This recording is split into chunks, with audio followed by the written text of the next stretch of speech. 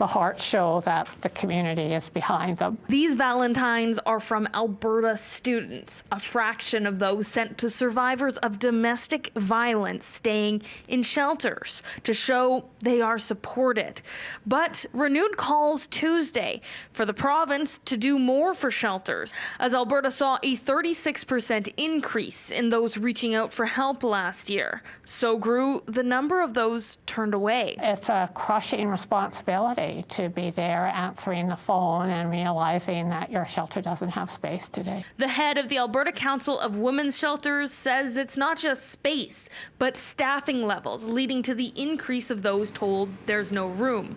Instead, creating a safety plan. When you answer that phone and you have a woman on the other end seeking help, you're going to help them. But as we're losing expertise in the sector because people can't continue, that adds to our costs and the challenges of providing the best possible service. The organization supporting women's shelters in Alberta hasn't seen a funding increase in 8 years.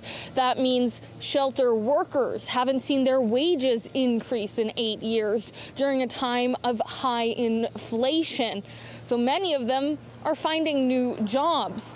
Their turnover rate almost half at 45%. The ACWS says now that Alberta is in better financial times, they're hoping to see a $10.3 million increase spread out over 50 shelters in next week's provincial budget, just to manage the losses from inflation. Addressing a problem that, if you don't address it, costs everyone.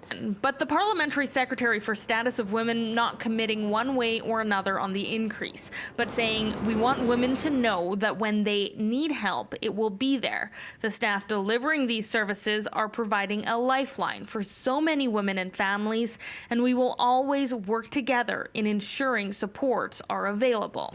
This, as experts in the field expect domestic violence numbers to continue to trend upwards. We know that after a pandemic, after any kind of natural disaster, you have 2, 3, maybe 4 years of increases in that demand. In Edmonton, Carly Robinson, City News.